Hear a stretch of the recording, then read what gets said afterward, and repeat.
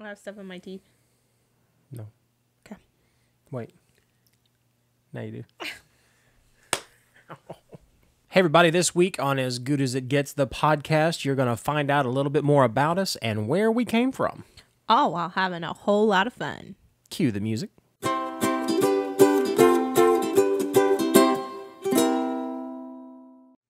Hey, y'all, and welcome back to As Good As It Gets, the podcast, Season 1, Episode 2. I'm Cris. And I'm Mikey. And welcome to our virtual kitchen table where we invite you to sit a spell and hang out with us. Yeah, and we're just here for another chat, little hangout, little getting to know you, as my beautiful wife sang in the last episode. Anybody who tuned in... They came back after I sang. That's commitment. Welcome back, and thanks, y'all.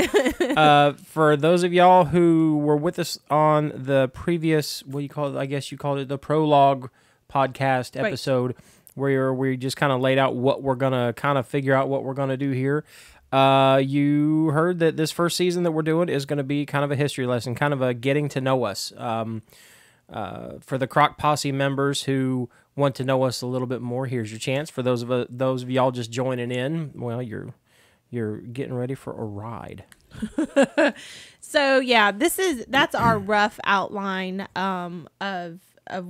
of what we think we're going to talk about, but really we don't have a whole lot of firm plans about these conversations. They kind of lead where they lead. So yeah, it's like hanging out at someone's kitchen table. That's kind of the whole concept. So well, last episode we were talking and it was all about, hey, this is kind of what we're going to do. And then it ended up being, we talked about negative people on the internet and going to the hospital. So yeah, who knows? So where why not? Yeah. Okay. So who knows where we're going to go this time? So today we're supposed to talk all about where we grew up, because that's the thing that people ask you when you meet them is, where are y'all from? Yeah. So where are you from? We still get that all the time in the comments on the channel. Our YouTube channel, if you go to asgoodasitgets.com, which is it's as GOODE as it gets.com. If y'all are watching on the YouTube channel, you're already there. It redirects you over to our YouTube channel. But people ask all the time. In fact, I got a comment just yesterday of, what part of Indiana you guys live in? Where are you from? And yeah. So that's going to be this first episode. That's where it's going to start. Who knows where it's going to end? But we're going to tell you all a little bit about and you're us. Leaving everybody hanging. Like where we currently live is we live near Indianapolis. So we live in central Indiana. The sticks. Yes. I call it the hills of Indiana because we do live in the hills, even though most of North Central is kind of flat. Yeah, North Central's flat. So, Central starts to get hilly, and then you get down southern Indiana where you're from. And he called them mountains when he first started dating. He's like, where'd these mountains come from? Yeah. So anyhow, but yeah. So I'm from southern Indiana, and you're from? Central Indiana. Yes, not too far from here. No, about 25 miles is where I grew up at. You grew up about it's about an hour north of Louisville? Yeah, a little bit. I grew up in a little town called Paoli. People in this area or region usually know it for the ski resort that's there. Every time somebody says, where are you guys from? That we know locally. And I say, well, Cris is from Paoli. They say Peaks. Yes, Paoli Peaks. I am not a snow skier. I have never been down a peak at Paoli at all, so I can't really inform you, but yes, that is the small town where I grew up. Technically, I grew up in the country though. My family lived south of Paoli. Closer to a town called Valine. Yeah, but that's not, I don't even think there's any kind of, I may be wrong, I apologize if there is, but I don't think there's businesses or anything there anymore. But anyhow, so me and Aunt Lou, who on my website, recipes@crock.com, grew up on a farm south of Paoli, but Paoli was the town that we did everything. That's where we went to school, and that's where we get our groceries and all that kind of stuff. So, but we grew up on a beef cattle farm, and that's pretty much geographically where I grew up. I grew up right down the road from my grandmother. I could literally walk to her house every day. And you did. And I did. Yeah. We just, that's where I grew up. How about you? Well, my story starts out a long time ago. Oh my gosh. In a town not so far away. Oh my. I grew up in a town called North Salem, Indiana. Now, there's a Salem, Indiana, which is actually closer to where you grew up. Yes. But I grew up in North Salem, which is probably about north hour. of the Salem where yes. I grew up. So they did get that part right. That's good. But North Salem is about a half hour or so west of Indianapolis. Mm-hmm. And my dad still owns junkyards, and he got that from his dad. He inherited his father's business of salvage. And I actually literally grew up in the middle of a junkyard. My backyard was a junkyard, mm-hmm. which when I was a little kid, it was more like a jungle gym. Mm-hmm. Not the safest jungle gym in the world. How any of us might not meet safety. Yeah, it wouldn't meet safety standards for playgrounds nowadays. There were no rubber mats unless they fell out of the cars. But yeah, my dad he raised us up working in the junkyards with him. He had multiple ones. He also had until I was about 12 years old. And he'd had it for a long time. He had a filling station downtown North Salem, but it had burnt down. So he worked on cars and sold gas and the normal stuff you'd sell in a gas station. And then he junked on the side. And then when the station burnt down, he went pretty much straight into junking.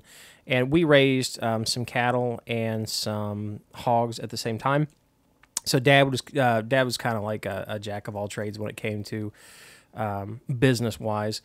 He owns some real estate properties, and he would sell properties and stuff like that too. But I think that was pretty common in at least rural Indiana, because while we did have a full-time working farm, my dad was and still is today a school bus driver, mm-hmm. and then also he and my mom were and still are today contractors, yeah. So they would like do house repairs and those kinds of things. So I think that's pretty common. And your dad's really good at it. Yeah, like he's like very well known in southern Indiana as the go-to guy for something if you want it done right. So big props to your dad for that. He does and he's helped us out with this house too a lot. Yeah. He's just good at it. So I love your dad. I love your mom too. Sorry, I cut you off. Your mom. My mom. Yeah. Yo, mama. My mom was a stay-at-home mom, full-time stay-at-home mom, and a brilliant cook. Could cook anything from anything and make it taste delicious. Yes. And I was definitely growing up and still am a mama's boy. I don't think that's something that's ever going to change, but I mainly was around mom. Dad was always working, and I had zero interest in mechanic stuff. I wish I'd have paid attention now because, that'd come in handy with the RV. Yeah, I know. We were just talking about the brakes the other day. And she's like, well, do you know how to work on the brakes and stuff? I'm like, Dad, yes, I do. You take it to the place where they work on the brakes, and that's how you fix it. I picked up some stuff. I mean, I know how to change oil. I know how to change tires, and mm-hmm. I could do minor repairs and stuff like that. But it was with Dad. It was full time. If you were Dad, you were either working or fishing. That was Dad's big thing, especially when I was a kid, was if Dad wanted a vacation or a break or whatever, he'd grab poles and he would go fishing. And but mainly I stayed around Mom. Mom was the one that was the school stuff and made sure I was to and from any extracurricular activities. Like I was this is going to come to a shock to a lot of you guys out there, but I was a band geek. Aww. And so in the marching band, Mom was always the one that drove me back and forth to marching band practices. I did football for a year, my mm-hmm. sophomore year, and I got creamed in practice one day.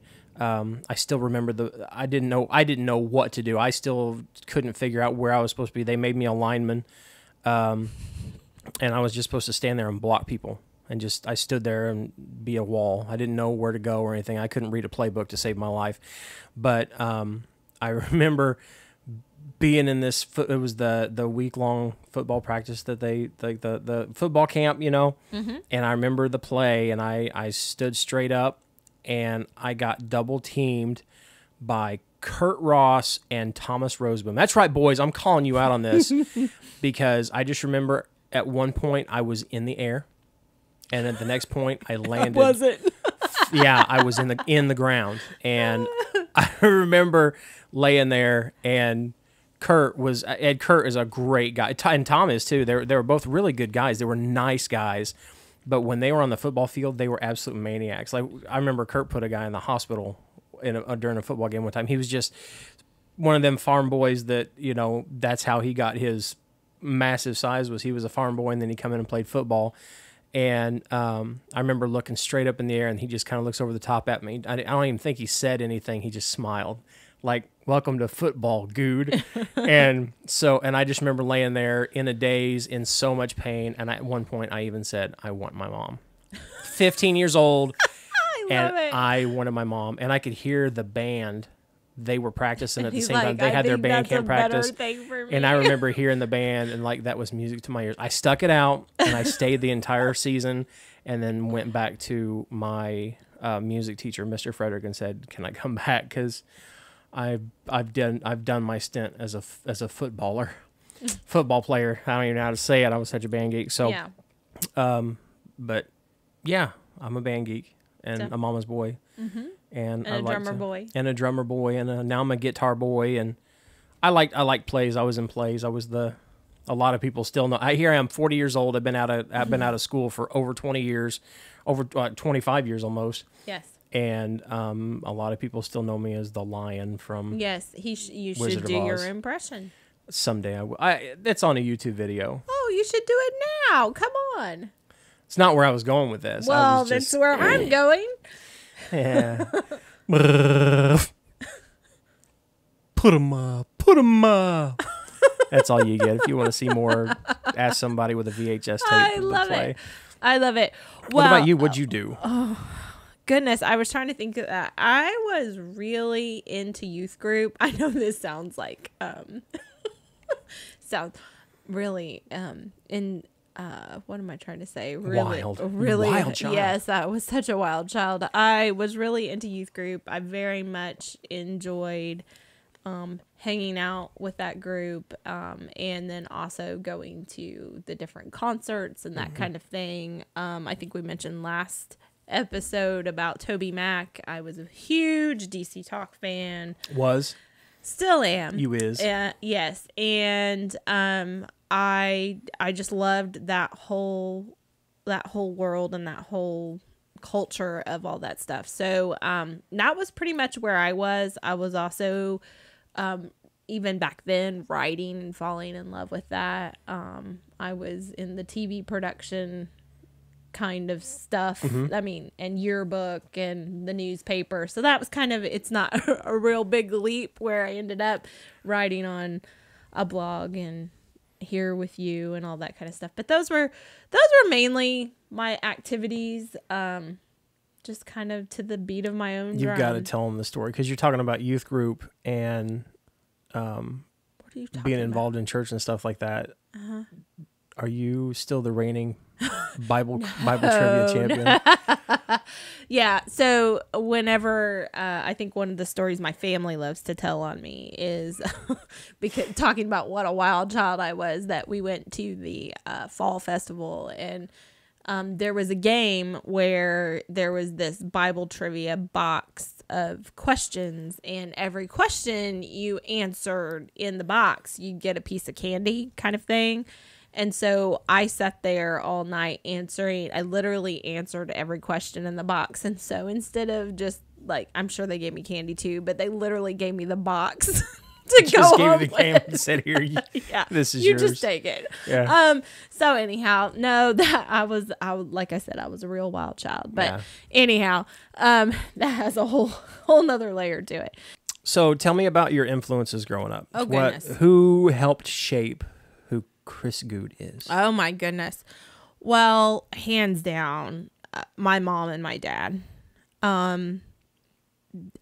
I didn't realize, I don't think, until we went to college, and I don't think this is too unusual, but I didn't realize like what kind of lottery I had won in the parent department until I got to college and started realizing that I'd had two really awesome people in my life. And so my dad, well, and my mom both were entrepreneurs, which kind of has led to like that spirit within me in launching the website and all these other things that we do.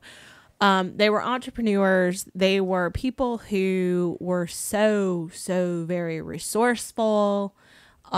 Just like, you know, just because you might not have the means to do something initially, you just work hard until you can kind of figure it out how to do it. And so that's kind of like the way I find myself tackling things all the time is I don't know how yet, but I'm going to figure it out.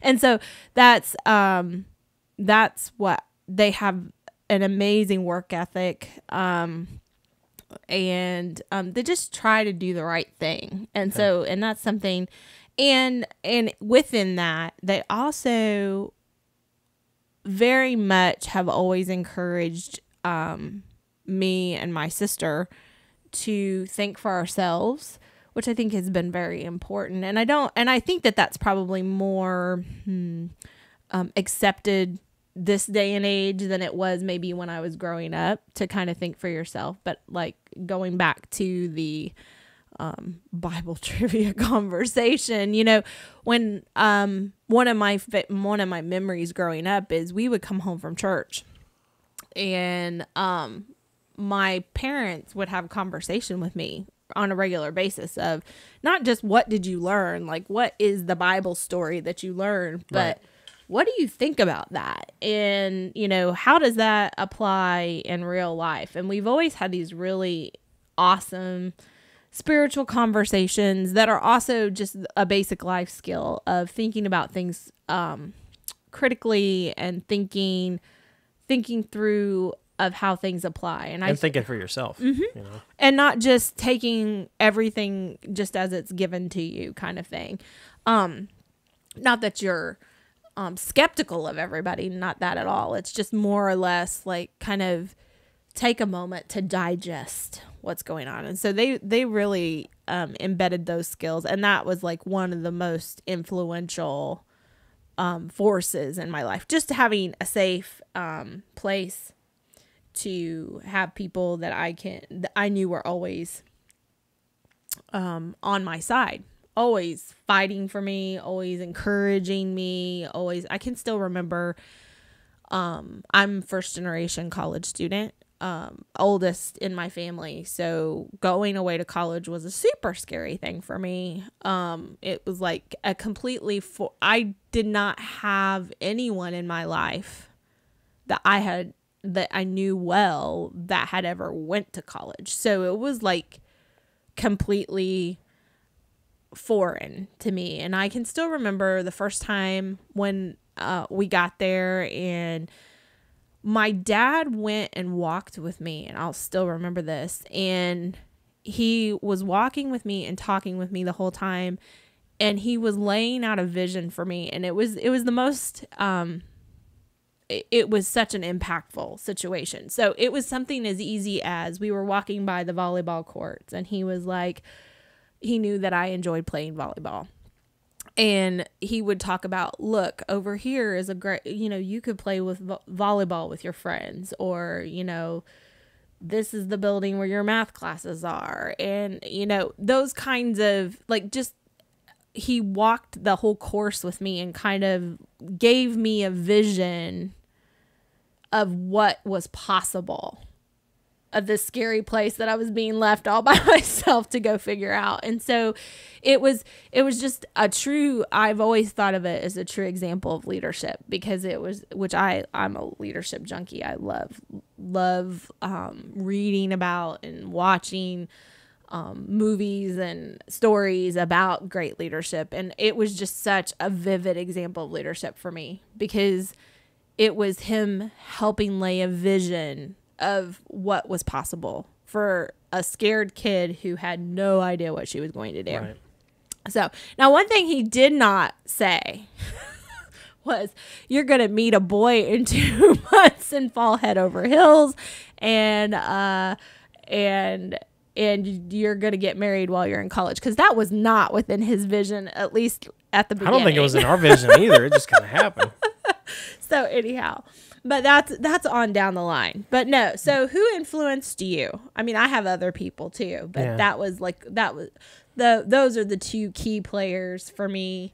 And Mom was always so resourceful and always so, I always think about my mom as, I always remember, and I still today think, my mom is such a thoughtful person. Like, she puts so much thought into a gift for someone, or doing something special for other people, or what might be impactful or make a difference for them. And it always has made just a huge impression on me that she really puts thought into other people. Yeah. Your mom's awesome. Yes. Yes. She makes good cakes too. Yes. She was a cake baker I didn't share all that either, but yeah, she was a cake baker, made wedding cakes and birthday cakes and all that kind of stuff, all while I was growing up. Yeah. And then when she stopped making cakes, she then joined my dad in the contracting business, and she does most of their painting and that kind of stuff, along with helping Dad. But anywho, how about you?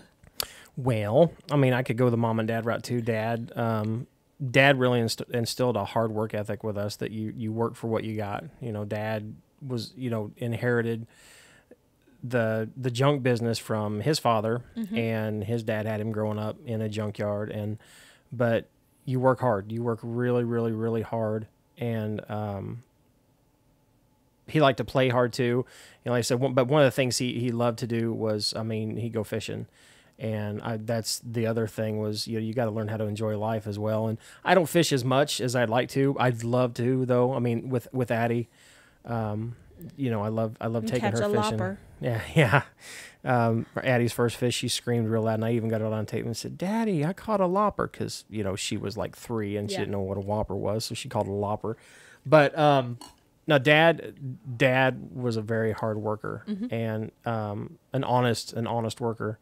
And mom, like I said, she was the caretaker in the family, and of course I was a mama's boy. But I think that's a good thing that I spent that much time around my mom, because of my mother, I respected women more.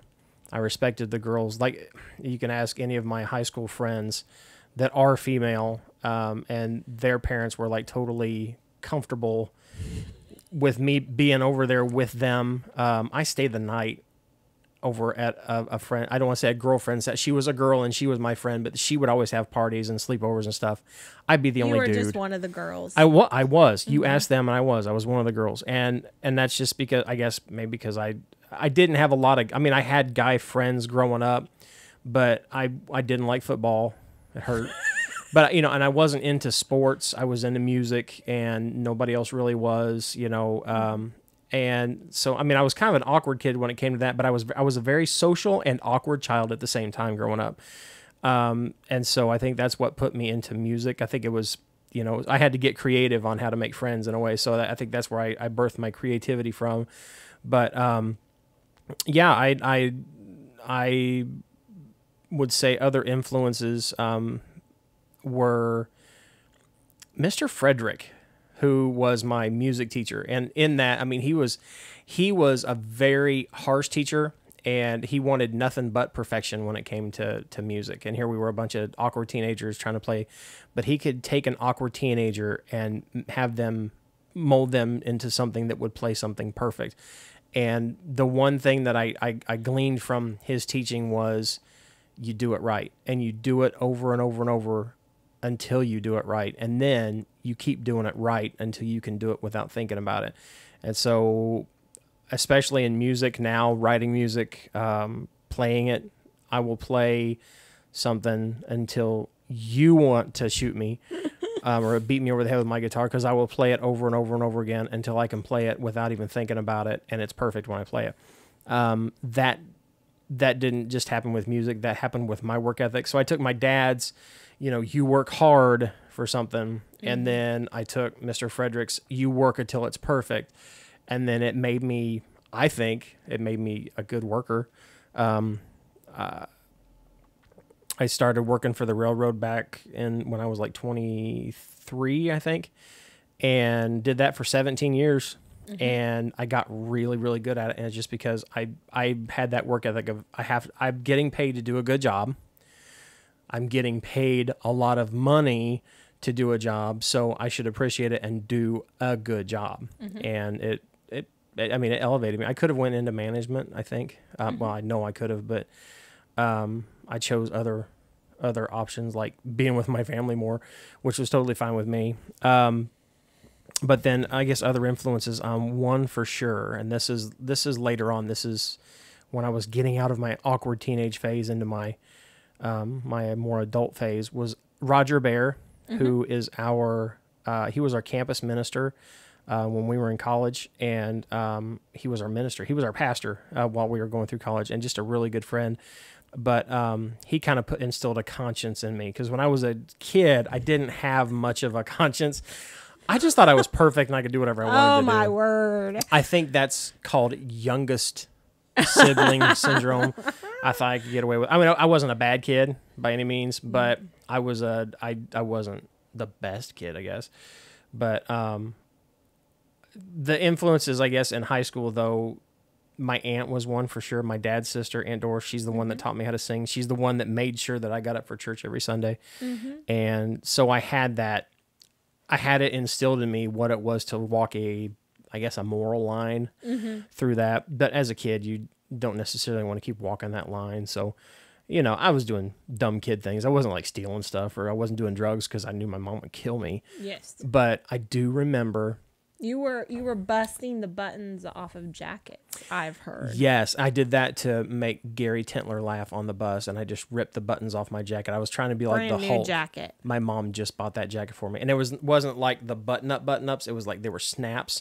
So I was trying to be like the Incredible Hulk, or like Superman. Like you rip your shirt open and come out of it. And I did that with my jacket, and my buttons popped off, and then I'm like, oh my gosh, I ripped the button off my jacket. And Gary started laughing so hard because he's like, oh my gosh, he's so cool. He ripped his own jacket. And I'm like, oh, I made Gary laugh. So I did it until I ripped all the buttons off. And then I came home with my jacket flared open. My mom noticed it right away because we didn't have a lot of money growing up. So she bought me this jacket that I had just tore up, that she had just bought. And oh my gosh, I got flogged for it. I'm sorry, I got spanked. Hard, in a way that made me understand never, ever, ever to not appreciate what's been purchased for you. Right. But so that also helped. Mom was the disciplinarian when I was the kid. Dad never really disciplined me until my senior year. He never really needed to, because Mom took care of that, and Mom was enough. Mom kept me in line enough to where I wasn't going to be bad. It was my senior year that I came home from band practice, band geek, and I was sick, I think, and I wasn't the only one who was sick. I think like a bunch of us got food poisoning from school. But I came home, and I was soaked to the bone because we practiced in the rain. And of course, I was the cool senior who wore the short band shorts and I took my shirt off. Oh my. And so I walked in the house just wearing these short blue cotton shorts, no shirt, and just strutting around, sicker than a dog, but like, bear sick. I was like, and I walked into I walk into the kitchen, and my oldest brother, Tom, who is 17 or 18 years older than me. We'll get to that here in a minute. But Tom and I did not get along when I was a kid, especially teenager, because I was going through this, I'm a big bad teenager phase, and he's looking at me like, you're a punk, because he's 18 years older than me. So technically he's old enough to be my father. Well, so he was like a secondary father figure, to me. Well, to be clear, Tom is the same age as my mother. Yes. And so I walk into the kitchen, there's Tom, and he I think he smacked me on the back of the leg or the butt or something, just, to pester, because what do older siblings do? They pester. I didn't have nobody to pester, so we got a daughter. I pester her all the time. But he was pestering me, and I'm like, don't mess with me. I'm sick. And I was like, I felt like I was on my deathbed. I thought I was so sick, and I was in a bad mood. And then I walk in, and I see Tom, who at the time was like my nemesis, just because we didn't get along because I was the punk kid and he was the adult. And so, Tom heeded my warning and slapped me in the middle, like in the small of the back, like where your back curves in. It's like if you cup your hand just right, it makes a loud pop. Mm-hmm. And I was wet. Mm-hmm. So it made it even louder and it hurt. And when you're in a bad mood, you very much enjoy being pestered. I spun around and I drilled him. He was sitting down. I spun around and I drilled him. I mean, I don't know. I didn't knock him out of his chair, but that's because I didn't hit him in the face. I hit him in the shoulder. Mm-hmm. And I don't know why. Actually, it didn't matter. I'd proved my point. I was going to get my butt beat right then. So he comes out of his chair, and I go into the living room. Now, to set the stage, Tom and Dad were sitting at their Dad's kitchen table with another guy, a friend of Dad's who had been helping him in the junkyard. His name was Rick. Great man. And Mom was in the living room, which is right across from the kitchen, and she was ironing shirts. So I drill Tom in the shoulder, about knock him out of his chair, and I walk into the living room. And it wasn't to run to Mommy, it was to open up some space because we were about to go at it. And it was like, in my 17-year-old self, I was going, I'm finally going to get a chance to prove myself. Wisdom. Yeah, all 17 years of pent-up testosterone rage. Oh, my. That all teenage boys have at some point. Tom gets up, and he walks in there with a grin on his face, like, I'm going to tear you up. And he's smiling, and he's pointing at me, and like, you don't stick your finger in my face. And he did. And so I kept swatting at his hand and pushing him. Like, get your finger out of my face. It was two brothers going at it, and then Dad got up out of his seat, and Dad, his health wasn't as good at the time as when he was younger. Dad by that point was, he would have been around 60, and he had lost a lot of weight. He'd been under a lot of pressure and stress, and he wasn't in good health. And I probably had Dad by at least 70 pounds. I was that much bigger than him, and I wasn't like a big kid. Like, I was stocky. I wasn't like portly, that happened much later. But I had muscle on me too, because I'd been helping him out in the junkyards every summer, and any time that he wanted me to help him, I was out in the junkyards or working on the farm. So I was big. My senior year, I had some muscle on me. And so that's how I was going to get my brother. I was strong, and I'd been slinging steel in a junkyard, and goodness. And so Tom comes in there, and then Dad walks. Dad, of course, it's his house. He gets up, and I had just embarrassed him in front of his friend. And I'm screaming, and I'm cussing at my brother, and I'm like, I didn't care at that. All I could see was black. And Dad walks in, and Tom's like, no, Dad, I got this. You let me handle this one. And I'm just pushed him, going, come on. And in the back of my mind, there was a small glimmer of wisdom going, he's going to destroy you in front of your parents and Rick. And then Dad pushes Tom out of the way and says, no, this is my house. So then Dad gets in between me and Tom. Again, Dad, 70 pounds at least smaller, lighter than me. It didn't matter. Dad got in the way, so I pushed Dad to get back to Tom, because that's where the action was. You were not very smart. No. Do you remember when I said I wasn't wearing a shirt? Yes. My father picked me up by my chest. Like a puppy. By my boobs, if you will. He picked me up by my chest in the air and sat me down on this credenza that we had. That's how strong my dad was. You think I'm strong when I'm mad? Dad picked up something that was 70 pounds heavier than him, set it down, and then proceeded to talk to me. And every word he said came with a slap to the side of the face. Until, I was dazed. I was like, I could not believe that the old man had that in him. And then that's one time that really instilled in me, it doesn't matter how mad you get. If you throw a fit, you're going to look like a fool. Mm-hmm. And that's proven true through the rest of my life. You're not going to prove a point through rage. you're just going to look like a fool. And so I'm not saying I've completely learned that lesson, but, and now you fast forward to today, and I'm probably closest to Tom. I know. Out of any of them. And like the Mikey I know, like Tom is the brother that you probably confide in the most. And I think part of it was because of that night. Yeah. I think because when it was all done and over with, Dad or Mom, she spoke up and she said, "Now you're going to go," because poor Rick was sitting there. What happened? Rick kind of like got left out of the story. Rick was like, "Well, I got to go now." This isn't a place he wanted to be, so he leaves, and Mom made me go outside and apologize to Rick. So I did, and he's like, "It's all right, Mikey." And Rick was such a cool guy. He's like, "It's all right, Mikey. You'll understand one day." Yeah. And then Tom walked out of the house, and he was leaving, and the last thing he said to me is, "Hey, I love you." Aww. And I think that destroyed me more than Dad, because I didn't love Tom. I didn't even like Tom. Tom was the enemy. And again, it was because I was a dumb kid. But your brain wasn't fully developed. No, it was not. It was not. My body was developed, but my brain wasn't ready to handle it. So I was like Hulk smash, only Dad was the bigger Hulk. Yeah. But yeah, my brothers were definitely influences because they were all so much older than me. My youngest brother, older than me, Doug, is 13 years older than me. Mm-hmm. I was a happy mistake.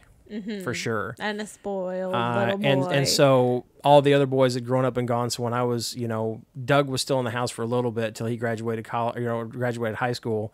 But I was the baby, so I was treated like the baby. I got to experience a lot of the stuff they did as far as the work and stuff like that. But at the same time, Mom was like, "I'm going to let this one have a little free time." Yeah. So I was a spoiled kid.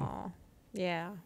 Well, going back to like when you were talking about teachers, that's something that I've thought a little bit about is whenever I was in high school, it was when I was a freshman in high school, the journalism teacher, it was before I even had an idea that journalism was something that I'd be interested in, or writing or any of that kind of stuff. They had an essay contest and they had a topic. And again, I think probably the theme of my life was to go to the beat of my own drum. And so I didn't like the topic. So I decided I would change the topic to what I wanted to write about. And I wrote this essay. It was for the journalism teacher, Mrs. Yu. Mm-hmm. And it wasn't like a class assignment. I think it was a class assignment, but it was for a different teacher. But the journalism teacher was checking them because she was trying to see, okay, who might I tap to be on our newspaper staff kind of thing. That was kind of the process. And so I had written this thing, and even though it wasn't on the correct topic, she still wanted to publish it. And that was kind of how I started to get into the fold of all kinds of media and learning about, like, you can write, you can take pictures, you can do video, because we were also in the like TV and video group too. And so that was kind of my first taste into all of that kind of stuff. And ironically, whenever I was deciding to go away to college, like, I'm not kidding you again, and this was a very immature thing to do, but literally when I went to my guidance counselor, I really did not enjoy math. It's kind of a theme of my entire life. But anyhow, when the guidance counselor was asking me what I wanted to go to college and major in, I literally said out loud, "Give me the list of things that does not involve math." Because I did not want to take a bunch of math courses in college. But anyhow, but what happened was I ended up going to major in college in something that I ended up not doing at all in life. because it definitely, once I was kind of doing internships and stuff like that, I was like, oh my gosh, I kind of hate this. It's not that I didn't like it. I just like hated it.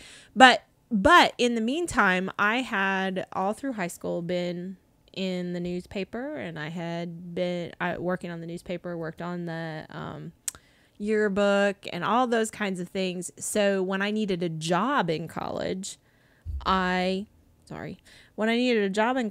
started working for the newspaper in college in their advertising department, and kind of learning a lot about marketing and learning and just kind of being around people who wrote for, the paper, and learning from the advisors who literally had worked in the newspaper for years and years.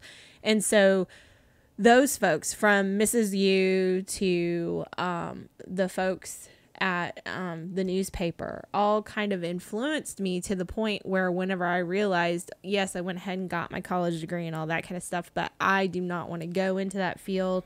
When I started looking for jobs and being able to apply the skills that I had learned in college, which through my job, I had learned all kinds of advertising and marketing and picked up writing and all that kind of stuff, and had taken courses in some of those things. Right. So anyhow, those folks who were kind of like, it was almost extracurricular on top of my education, but they actually were the people who shaped my education to what ended up coming out of today. So they were all pretty critical to who and how all this came to be. Yeah. So, well, thanks to them for that. Yeah. That way you could leave the railroad. That's exactly right. We talk about that later, though. So. There were a lot of people that influenced me. Joanne Crum was another one. My junior year, I'm going to tell you all the bad stuff about me, I guess. My junior year, we did a play. Was it Annie? Yeah, it was Annie. I played Punjab in Annie. And one night after one of the plays, they were always having parties. There was the play party, but then there was like the other class of kids in the plays that wanted to party. So I remember going over to this kid's house, and they had beer, and like, oh my gosh, I was with the cool kids who were drinking beer in high school. And so we went out into this barn and went up to the top of the barn and drank a lot of beer. First time I ever got drunk. And I remember waking up, I was staying over at my buddy's house that night. And, I wake up that next afternoon with my first hangover, felt horrible, miserable.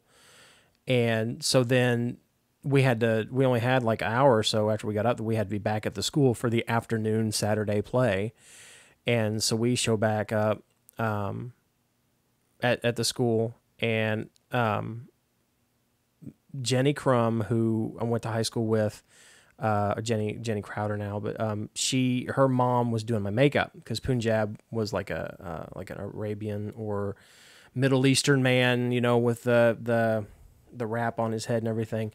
And so she was she was painting my face a darker color, and she goes, Mikey Goode, I just got to let you know, you're like one of the best kids. She goes, and you got to realize they were very much, their whole family was very much, they're all active in church, and they all sang in the church choir. Jenny played the piano at church, and all their conscience was their kids, the Crum kids, were just like the best of kids in high school, And so for her to say that, like, I feel so comfortable and safe for Jenny to be around somebody like you, because you're just such a good kid.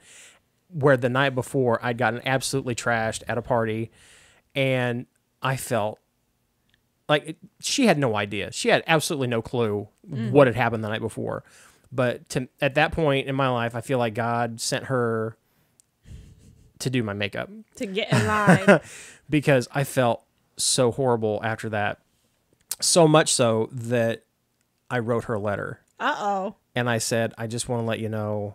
And I spilled my guts. I'm like, you made me feel really good what you said, but I also want to let you know, I needed to hear that, and because I'm not such a good kid sometimes, and I feel bad, and so here I was confessing my sins to my friend's mom. You know, and here's how cool she was. She didn't tell my mom because I wasn't, again, with my developing brain, you know, not thinking things fully through. I wasn't even thinking remotely that. I just told her the bad things I did. And she could have totally told my mom. I was she told my mom. Your mom might have not agree with you that was cool. No, had she told my mother, we would not be having this conversation today. You would be dead. I would be dead. Yeah. Or in a convent. Well, not a convent. That's nuns. A monastery somewhere. But it was my friends' parents that also shaped me, you know, because they trusted me. So I wanted to be, it made me want to be somebody that could be trusted. Sure. You know, I hadn't lied since 5th grade because in 5th grade I told a lie. My mom found out because the teacher made me call her from school, and I was disciplined in a way that made me realize you never ever tell a lie. So like, and I tell people now, this has always been my story, that I don't lie now. I haven't lied since 5th grade, and I'd like to say it's an integrity thing to where I just know that I'm just scared y'all are going to tell my mom. But you know, my friends' parents, you know, really, really shaped me in the way that, you know, because they all said the same thing. They're like, you're a good kid. We love that you're friends with our daughter. Most of them wanted me to marry their daughters. But sorry. But what grew from that is some great friendships that I still have to today. A lot of them, I mean, they're still my friends. We don't talk as much. I mean, we're adults. We've got kids. We've got jobs. We've got things. We've got life going on. But to this day, if one of them were to need something and they called on me, I'd be there for them. Sure. And it's because of that relationship that was from, you know, because their parents trust me with them. And so I like to think of myself as trustworthy. I won't lie. I'm not perfect. I'm adorable. But I'm not perfect. And but so humble. Yeah. Always humble. No, that's the whole spoiled youngest son thing. I know. I am perfect. I'm the perfect child. Well, I'll say when I hit college, I met one of the most influential people in my life, which is you.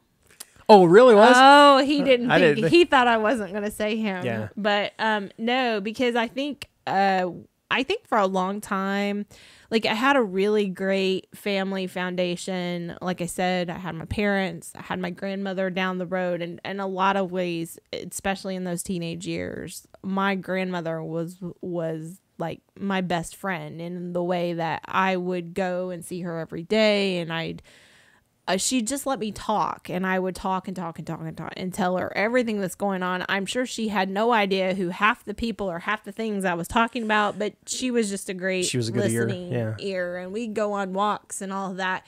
So I had a great group of friends growing up and all that kind of stuff, but I think for most of my childhood, I felt like I really was kind of searching for both who I was and then also people who liked that person, because again, I was just kind of an oddball. I could get along with just about anybody, but I kind of went about life to the beat of my own drum, which in high school isn't always the easiest route to go. Yeah. And so when I hit college, and I met this guy who I think a lot of times in high school and even elementary school, I was always kind of trying to figure out what the people around me wanted from me. Like, what did they want me to be into?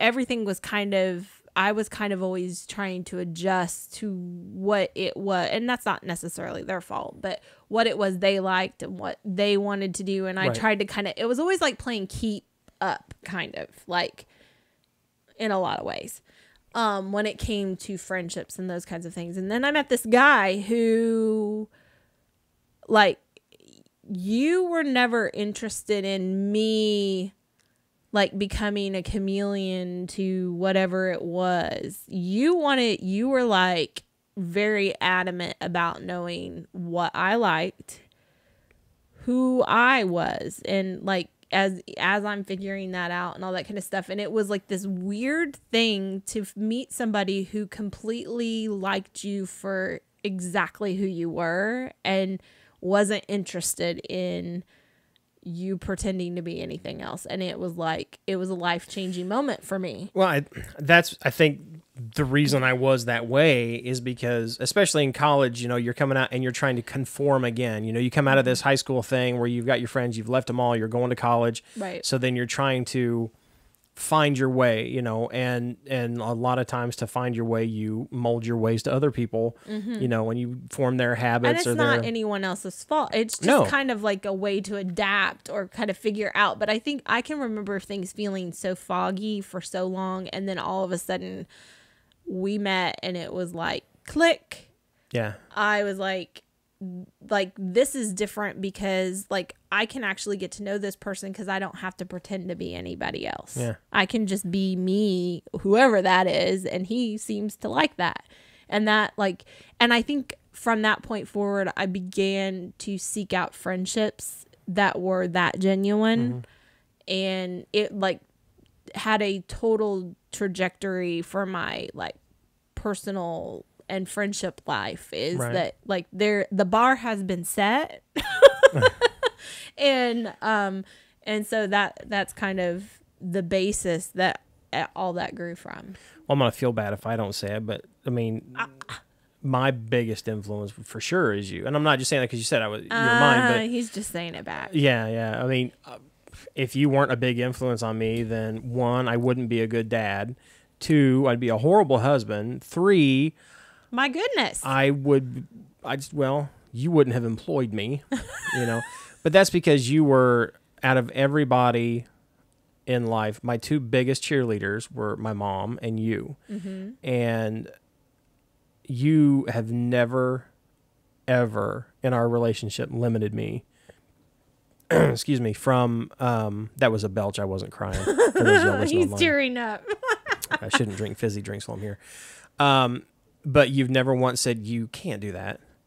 Now, there's been times you said, I don't know if you should do that. But it wasn't because you didn't think I had potential, but you understood and you realized that potential wasn't being used for the right cause, Right.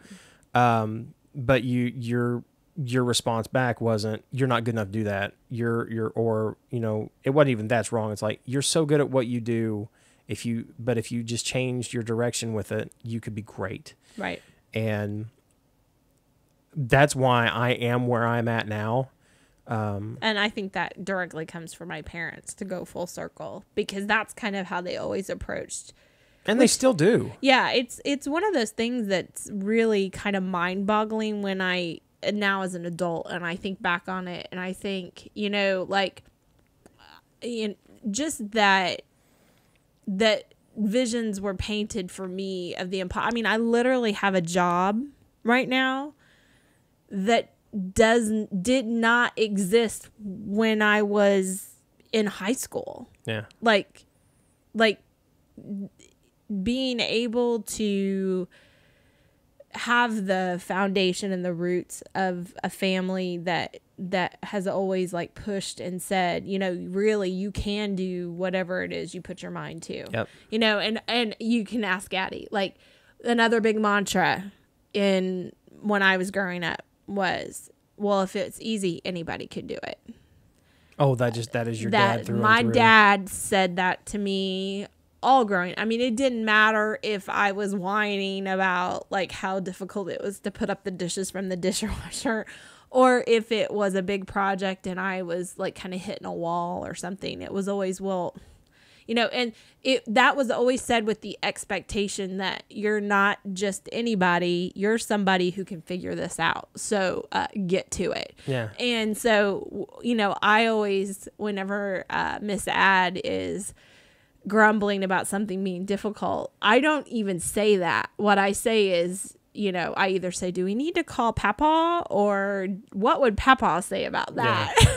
And she's always like, it was easy, anybody can do it, which is probably exactly how I used to respond when it was said to me. But it does stick with me, because it's like, I think that mentality creates a tough cookie, so to speak. And it always has been. It's like, because things haven't been easy and things aren't easy. And it's always, it's just one of those things that you just keep working towards it and keep trying to figure out the puzzle, whatever Right. it is, whatever it is. So, but anyhow. Oh, you've done a pretty good job. Yeah. We're doing all And I'm sure 10, 20 years from now, we're going to look back and go, we were still figuring out the puzzle. Oh, yes. But the puzzle always changes. Yeah. That's the thing. There's few things that are certain, but change is definitely one of them. So. Yeah. And you got to be ready for it. You got to be at least ready to adapt to it or figure it out. Because if it was easy, anybody could do it. That's right. That's the theme of this. So, but I think we've kind of really wrestled around this. Yeah, we're starting to get towards what we're going to do for episode 2. We're talking a little bit, flirting with, flirting. Yeah, we're flirting about the flirting. So, yeah, next week, or not next week, but next episode, we are going to be talking about how we met and what all that entailed, which is not your traditional love story, I don't think. No, I didn't like her. But we'll talk about that later. Spoiler alert. Yeah, we'll get into that in the next episode. So, but we want to thank you all for listening to us on this podcast. For those of you who are watching this on YouTube as a part of our weekly chat, you can check the show notes down below in the description, where you will see links to the recipe from our soundbite, as well as links to patreon.com/recipes-that-crock. Recipes That Crock and our patrons over at patreon.com/recipes-that-crock are the ones who are sponsoring this channel and this show. Without your support, we wouldn't be able to do this because we wouldn't have had the microphones. So, again, and then I really like the microphones, guys. Thanks. He does. And if you want to binge listen to this entire podcast season of this podcast, you can head over again to the links down below if you are on YouTube, or you should be able to find it in your favorite podcast listening device. Yes. Or you can come back next week to the weekly chat, and the next installment will be on YouTube, where we will talk about how we met. How we met. Dun, dun, dun. Thank you guys for listening. Alrighty. Bye. Roll the tape. You mean music? That's it.